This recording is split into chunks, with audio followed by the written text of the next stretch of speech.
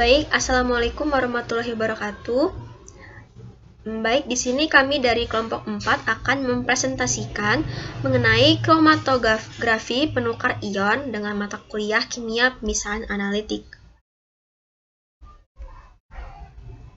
Kelompok 4 sendiri beranggotakan yang pertama ada Muhammad Fasya Wiranata dengan NPM 205302303, lalu yang kedua ada Ayu Febrina dengan NPM 2013023062 dan juga ada Ervian Tinaha dengan NPM 2013023036 dan juga ada Dewi Sinta Amelia dengan NPM 2013023036, lalu ada Anfaza Rizka Aprilia dengan NPM 2013023006.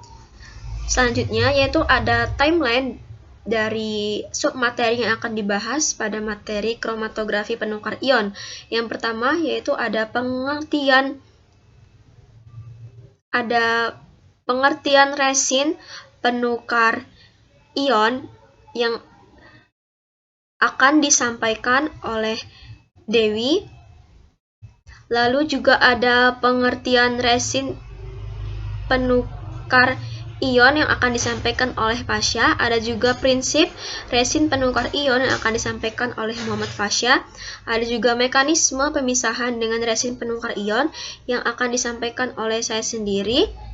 Juga ada penggolongan resin penukar ion dan juga penggunaan resin penukar ion yang akan disampaikan oleh Dewi Sinta. Lalu ada pengertian kromatografi penukar ion dan juga prinsip kromatografi penukar ion yang akan disampaikan oleh Ayu Febrina. Yang pertama yaitu pengertian resin penukar ion. Pertukaran ion adalah proses di mana satu bentuk ion dalam senyawa dipertukarkan untuk beberapa bentuk, yaitu kation ditukar dengan kation dan anion ditukar dengan anion. Pertukaran ion berlangsung secara reversibel dan dapat diregenerasi atau diisi dengan ion-ion yang diinginkan melalui pencucian dengan ion-ion yang berlebih. Pertukaran ion secara luas digunakan untuk pengolahan air dan limbah cair, terutama digunakan pada proses penghilangan kesadahan dan dalam proses demineralisasi air. Baik, dalam proses pertukaran ion terbagi menjadi 3 macam, yaitu penukar ion, penukar kation, yaitu pertukaran ion yang bermuatan positif atau kation, pertukaran anion, yaitu pertukaran ion yang bermuatan negatif atau anion, dan yang ketiga pertukaran atmosfer, yaitu dapat melakukan pertukaran baik kation maupun anion secara simultan. Baik, selanjutnya yaitu apa saja prinsipnya pada prinsip resin penukar ion.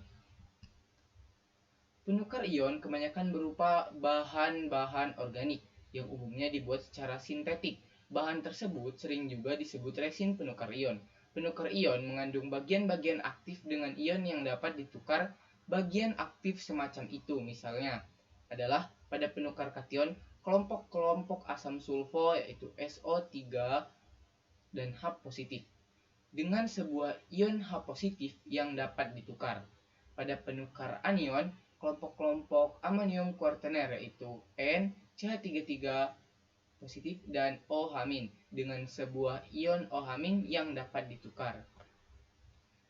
Kemudian contoh reaksi pertukaran kation dan reaksi pertukaran anion disajikan pada reaksi pertukaran kation yaitu 2NaR dalam fasa solid ditambah CaCl2 dalam fase aquos menjadi CaR dalam fase solid ditambah 2NaCl dalam fase aquos. Kemudian reaksi pertukaran anion 2RCl dalam fase solid ditambah Na2SO4 menjadi R2SO4 dalam fase solid ditambah 2NaCl. Reaksi pertukaran kation menyatakan bahwa larutan yang mengandung CaCl2 diolah dengan resin penukar kation NaR dengan R menyatakan resin. Proses penukaran kation yang diikuti dengan penukaran anion untuk mendapatkan air yang bebas dari ion-ion penyebab kesadahan.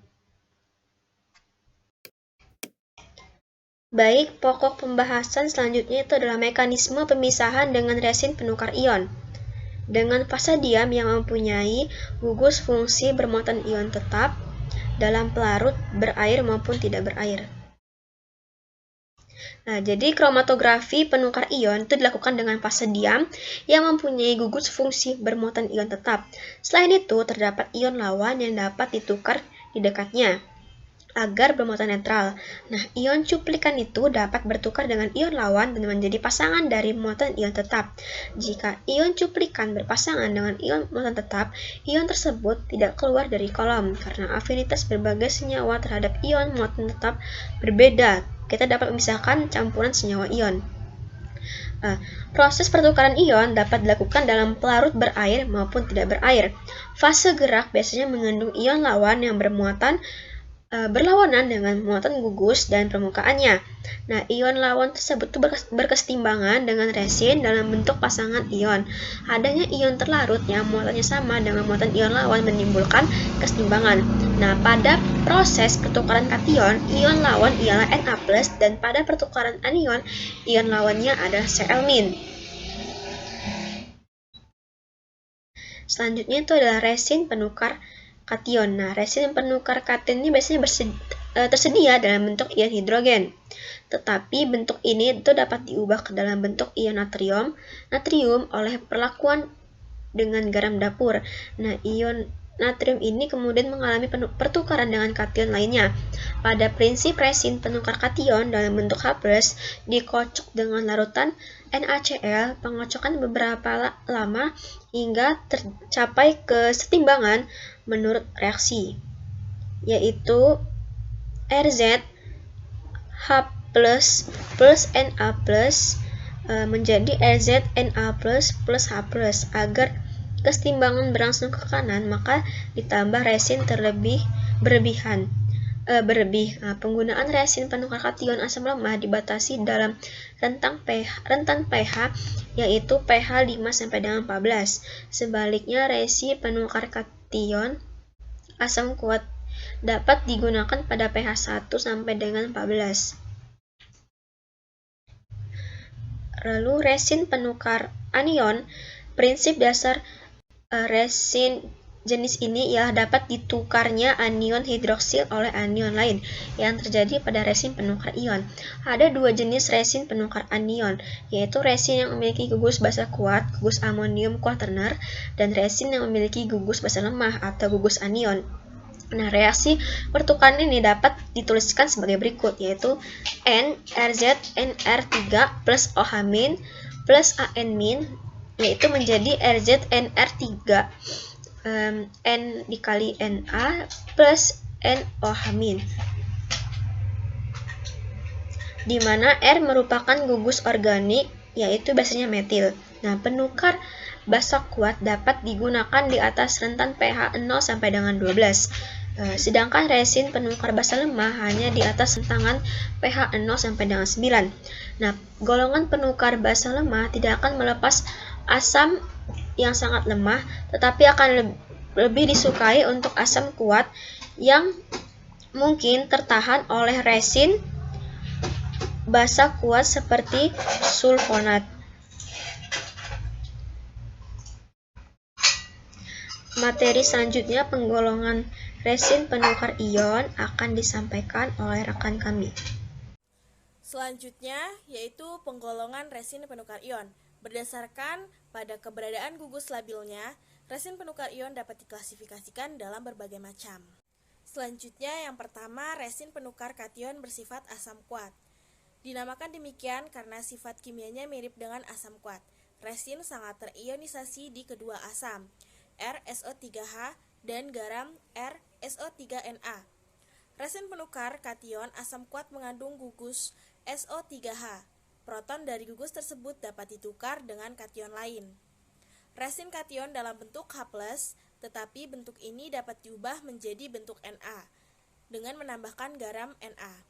Ion Na+ akan mengalami penukaran dengan kation. Gugus ion yang biasa dipakai pada resin penukar kation asam kuat adalah gugus sulfonat, dan cara pembuatannya yaitu dengan sulfonasi polimer polistiren divinilbenzena, matrik resin. Pada resin kation asam kuat dapat bekerja di seluruh kisaran pH. Yang kedua, resin penukar kation asam lemah. Gugus fungsi pada resin penukar kation asam lemah adalah karboksilat. Jenis resin ini tidak dapat memisahkan garam yang berasal dari asam kuat dan basa kuat, tetapi dapat menghilangkan kation yang berasal dari garam bikarbonat untuk membentuk asam karbonat. Atau dengan kata lain, resin ini hanya dapat menghasilkan asam yang lebih lemah dari gugus fungsinya. Pada reaksi, di mana Rs adalah gugus organik dari resin. Resin penukar kation asam lemah bekerja pada pH sekitar pH 5 sampai pH 14. Bila pH di bawah 5, maka resin akan menahan proton terlalu kuat untuk penukaran kation. Hal ini berlaku juga untuk pengambilan kation dari basa yang sangat lemah, kurang sempurna. Yang ketiga, resin penukar anion bersifat basa kuat. Gugus fungsi pada resin penukar anion adalah senyawa amina. Primer, R, NH2, sekunder, R, NH, N2H, tersier, R, R2N, dan gugus amonium kuartener, R, NR3, tipe 1, R, R3N plus OH, tipe 2. Dengan R aksen menyatakan radikal organik seperti CH3, resin penukar anion yang bersifat basa kuat memiliki gugus aktif yang berupa gugus amonium, yang struktur kimianya sangat mudah terdekomposisi karena adanya pengaruh panas. Proses dekomposisi ini dinamakan heat-induced autolysis yang terjadi pada gugus amonium kuartener. Resin dalam bentuk OH generate from memiliki kecenderungan yang lebih besar untuk mengalami peristiwa ini, sebab ion OH bersifat sangat nukleofilik dan dapat dengan mudah menyerang ikatan C dengan N, sehingga dapat merusak gugus aktif. Dekomposisi gugus aktif dapat menyebabkan adanya penurunan kapasitas penukaran dan kekuatan sifat basa menjadi basa lemah. Yang keempat, resin penukar anion bersifat basa lemah. Resin ini digunakan untuk menukar asam kuat dengan absorpsi air yang tidak dapat menguraikan garam. Resin ini digunakan untuk pemisahan garam. Konter ion H+ maupun Na+ merupakan jenis penukar ion. Konter ion H+ memindahkan seluruh kation yang terdapat dalam air yang merupakan langkah awal demineralisasi. Resin penukar ion basa lemah hanya dapat memisahkan asam kuat seperti HCl dan H2SO4, tetapi tidak dapat menghilangkan asam lemah seperti asam silikat dan asam karbonat. Oleh sebab itu, resin penukar anion basa lemah seringkali disebut sebagai acid absorber. Resin penukar ion bersifat basa lemah mengandung OH+ sebagai gugusan labil. Resin penukar ion basa lemah dibentuk dengan mereaksikan amin primer dan amin sekunder atau amonia dengan kopolimer stiren dan divinyl benzen yang diklorometilasi biasanya digunakan dimetilamin. Resin penukar anion basa lemah ini berfungsi dengan baik di bawah pH. Selanjutnya yaitu penggunaan resin penukar ion. Adapun penggunaan resin penukar ion adalah yang pertama untuk menghilangkan ion. Untuk menghilangkan ion-ion keseluruhannya, air tersebut dapat dialirkan melalui penukaran kation, kemudian dialirkan melalui penukaran anion yang akan menghilangkan semua anion dan diganti dengan ion hidroksida. Bila kedua resin tersebut, kation dan anion dijadikan satu, penghilang kedua jenis ion tersebut sekaligus dapat dikerjakan. Yang kedua, mengkonsentrasikan komponen berkadar kecil. Ion-ion yang jumlahnya kecil, trace element, dapat dikonsentrasikan dengan penukaran ion. Setelah ion solut terikat dalam kolom, kemudian dielusi dengan jumlah eluan yang kecil. Yang ketiga, pemisahan asam-asam amino. Pada suatu pH, asam-asam amino dapat dipisahkan menjadi 3 golongan berdasarkan titik isoelektrisnya. Dengan demikian, campuran asam-asam amino dapat dipisahkan dalam satu aliran fase mobil dengan secara gradual dengan merubah pH untuk elusi, gradient elution. Perubahan pH sering dikombinasikan dengan perubahan suhu. Baik, selanjutnya adalah pengertian kromatografi pertukaran ion. Kromatografi pertukaran ion adalah proses pemisahan senyawa yang didasarkan pada pertukaran atau penyerapan ion antara fase gerak dengan ion pada fase diam. Prinsip dasar pemisahan dengan kromatografi kolom penukar ion adalah perbedaan kecepatan migrasi ion-ion di dalam kolom penukar ion. Proses pertukaran ion ini dikerjakan dengan cara pembebanan ion-ion pada kolom penukar ion. Kemudian, ion-ion yang terikat dalam resin dialiri eluen yang mampu memberi kondisi keseimbangan yang berbeda. Keseimbangan yang berbeda ini mengakibatkan kecepatan migrasi ion dalam kolom resin yang tidak sama. Secara umum, terdapat dua jenis kromatografi pertukaran ion, yaitu yang pertama, kromatografi pertukaran kation. Bila molekul spesifik yang diinginkan bermuatan positif dan kolom kromatografi yang digunakan bermuatan negatif, kolom yang digunakan biasanya berupa matriks dekstran yang mengandung gugus karboksil. Larutan penyangga atau buffer yang digunakan dalam sistem ini adalah asam sitrat, asam laktat, asam asetat, asam malonat, buffer MES, dan fosfat. Baik yang kedua yaitu kromatografi pertukaran anion. Bila molekul spesifik yang diinginkan bermuatan negatif dan kolom kromatografi yang digunakan bermuatan positif, kolom yang digunakan biasanya berupa matriks dekstran yang mengandung gugus N plus CH3 3 kali atau N plus C2H5 2H dan N plus CH3 3 kali. Larutan penyangga atau buffer yang digunakan dalam sistem ini adalah N-metilpiperazin, bis-tris, tris, dan etanolamin. Metode ini banyak digunakan dalam memisahkan molekul protein atau terutama enzim. Molekul lain yang umumnya dapat dimurnikan dengan menggunakan kromatografi pertukaran ion ini adalah senyawa alkohol, alkaloid, asam amino, dan nikotin. Baik, yang selanjutnya yaitu prinsip dasar kromatografi penukar ion. Prinsip dasar pemisahan dengan kromatografi kolom penukar ion adalah perbedaan kecepatan migrasi ion-ion di dalam kolom penukar ion, di mana penukar ion adalah bahan padat yang mempunyai bagian aktif berupa ion-ion yang dapat dipertukarkan. Baik, selanjutnya kita akan membahas penggunaan kromatografi penukar ion. Menurut Subagio tahun 2005, kromatografi penukar ion itu dapat digunakan antara lain untuk pemurnian, pemekatan, dan juga untuk pemisahan analitik. Yang pertama yaitu adalah pemurnian. Salah satu pemakaian terpenting dari kromatografi penukar ion yaitu adalah untuk membebaskan ion-ion yang berasal dari garam-garam yang terdapat di dalam air, atau biasa disebut air bebas ion atau deionized water, atau biasa juga disebut dengan istilah pemurnian air.